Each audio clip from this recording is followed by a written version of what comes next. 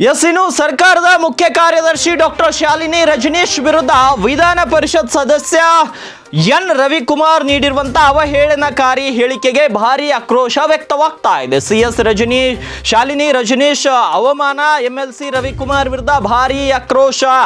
ರವಿಕುಮಾರ್ ವಿರುದ್ಧ ಕ್ರಮಕ್ಕೆ ಐಎಎಸ್ ಅಧಿಕಾರಿಗಳು ಸಹ ಆಗ್ರಹವನ್ನ ಮಾಡ್ತಾ ಇದ್ದಾರೆ. ಇತ್ತ ಕಾಂಗ್ರೆಸ್ ಪಕ್ಷದಿಂದ ಕೂಡ ಸಭಾಪತಿಗಳಿಗೆ ದೂರನ್ನ ನೀಡಲಾಗಿದೆ. ಕರ್ನಾಟಕದ ಭಾರತೀಯ ಆಡಳಿತ ಸೇವಾ ಅಧಿಕಾರಿ ಅಂದ್ರೆ ಐಎಎಸ್ ಅಧಿಕಾರಿಗಳ ಸಂಘ, ಕಾಂಗ್ರೆಸ್ನ ವಿಧಾನ ಪರಿಷತ್ ಸದಸ್ಯರು, ಕರ್ನಾಟಕ ಸರ್ಕಾರ ಸಚಿವಾಲಯ ನೌಕರರ ಸಂಘ ಸೇರಿ ವಿವಿಧ ರಾಜಕೀಯ ನಾಯಕರು ಕೂಡ ತಮ್ಮ ಆಕ್ರೋಶವನ್ನ ವ್ಯಕ್ತಪಡಿಸಿದ್ದಾರೆ. ಜೊತೆಗೆ ಮಹಿಳಾ ಅಧಿಕಾರಿ ವಿರುದ್ಧ ಅವಹೇಳನಕಾರಿಯಾಗಿ ಮಾತನಾಡಿರುವ ಎನ್ ರವಿಕುಮಾರ್ ವಿರುದ್ಧ ಶಿಸ್ತು ಕ್ರಮ ಕೈಗೊಳ್ಳಬೇಕು ಅಂತ ಸರ್ಕಾರ ಮತ್ತು ಸಭಾಪತಿಗಳಲ್ಲಿ ಆಗ್ರಹಿಸಿದ್ದಾರೆ. ಇನ್ನು ಸಿಎಂಗೆ ಐಎಎಸ್ ಅಧಿಕಾರಿಗಳು ಕೂಡ ಮನವಿಯನ್ನ ಮಾಡಿದ್ದಾರೆ, ಕೂಡಲೇ ಅವರ ವಿರುದ್ಧ ಕ್ರಮ ಕೈಗೊಳ್ಳಿ ಅಂತ ಹೇಳ್ತಾ ಇದ್ದಾರೆ. ಇನ್ನೊಂದು ಕಡೆ ಸಭಾಪತಿಗಳಿಗೆ ಕಾಂಗ್ರೆಸ್ ಕೂಡ ದೂರನ್ನ ನೀಡಿದ್ದು, ಕೂಡಲೇ ರವಿಕುಮಾರ್ ಹೇಳಿಕೆ ಪರಿಷತ್ನ ಗೌರವವನ್ನು ಕುಗ್ಗಿಸುವಂತಿದೆ. ಈ ವಿಚಾರವನ್ನ ಗಂಭೀರವಾಗಿ ಪರಿಗಣಿಸಿ ಅವರ ವಿರುದ್ಧ ಶಿಸ್ತು ಕ್ರಮದ ಜೊತೆಗೆ ಅವರ ಸದಸ್ಯತ್ವವನ್ನು ರದ್ದು ಮಾಡಬೇಕಂತ ಕಾಂಗ್ರೆಸ್ ಸದಸ್ಯರು ಕೂಡ ಕೋರಿರುವಂತದ್ದು.